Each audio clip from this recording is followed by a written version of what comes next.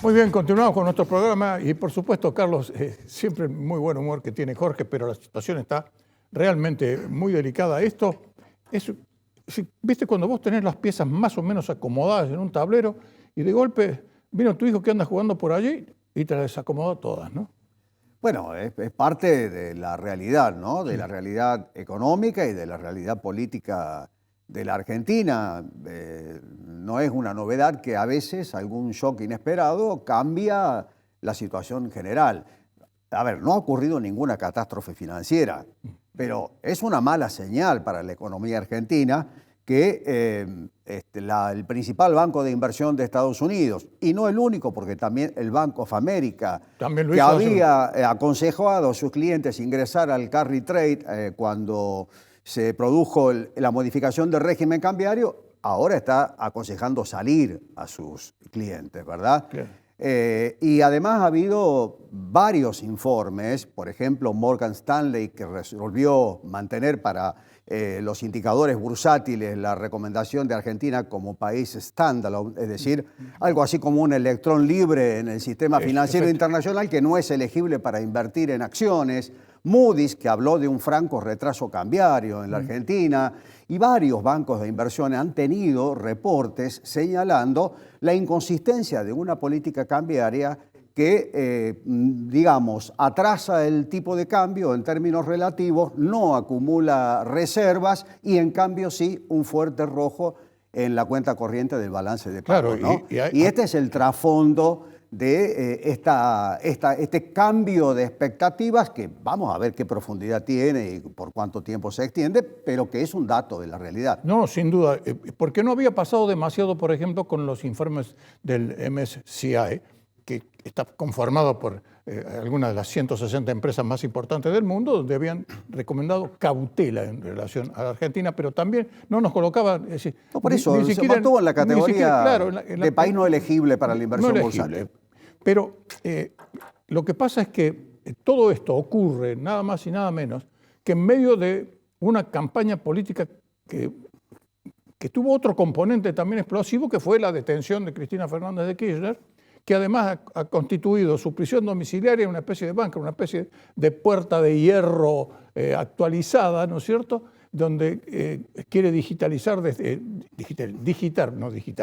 digitar desde allí todas las candidaturas y al propio tiempo que la Libertad Avanza, conociendo que tiene una flaqueza política y estructural, está tratando de ver cómo conforma esa alianza y si en definitiva se conforma con el PRO, ¿no?, en la provincia de Buenos Aires y particularmente en el tercer distrito.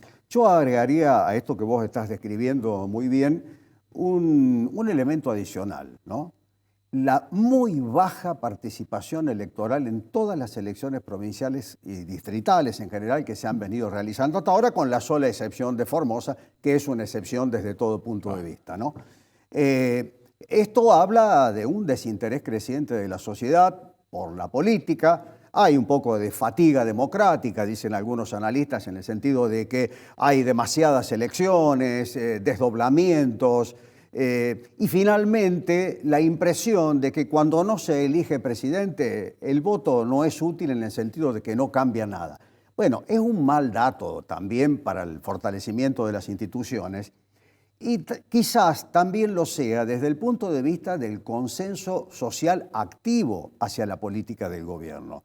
Porque no solamente necesita votos en el Congreso, donde no va a obtener mayoría, por más que haga una elección excelente eventualmente en octubre, sino que también necesita renovar la legitimidad de ejercicio que le da el voto popular en una elección de alcance nacional como la que va a haber en octubre. Y los indicios hasta ahora son de muy baja participación. Sí, ¿no? Efectivamente es así. Habrá que ver qué es lo que sucede. Por ejemplo, en la ciudad de Buenos Aires, que es una caja de resonancia importante, bueno, obtuvo una elección muy favorable, obviamente, con un 30% de respaldo. Ahora, el 30% del 50% que votó. Exacto, ese es el tema.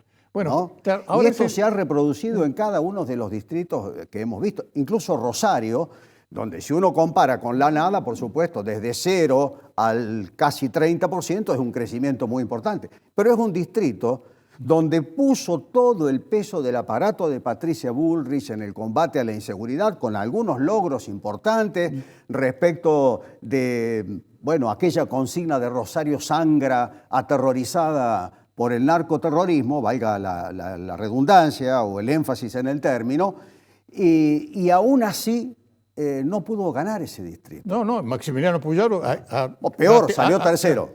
Claro, incluso así son las cosas. Lo que pasa es que, como decís vos, lo que pasa es que cuando hay una elección fraccionada, tiene un resultado. Lo venimos viendo desde hace mucho tiempo. Es decir, nada es reproducible, nada es matemático. No se puede sumar 2 más 2 en política porque sería un gravísimo error, más en un país como Argentina y en cualquier país del mundo, porque están pasando cada cosa en materia política que generalmente se asombra, ¿no? Pero la importancia de esta elección primero, lo que pasa es que va como en escalones, ¿sí?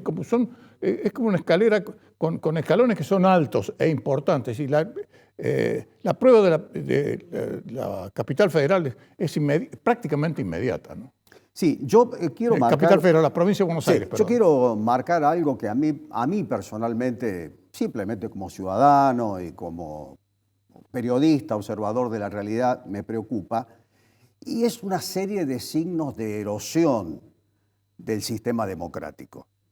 La baja participación es uno de ellos. Otros es la instauración de esta dialéctica típica de los populismos, de una polarización donde la sociedad se divide en un bando, el nuestro, que somos los buenos, y el de los otros, que son los malos. Entre medio no florece nada, y en definitiva esconden proyectos hegemónicos. Y ya se sabe, frente al enemigo lo que se intenta no es una competencia leal ni una negociación o una transacción, sino imponerle la voluntad al enemigo, destruirlo o doblegarlo.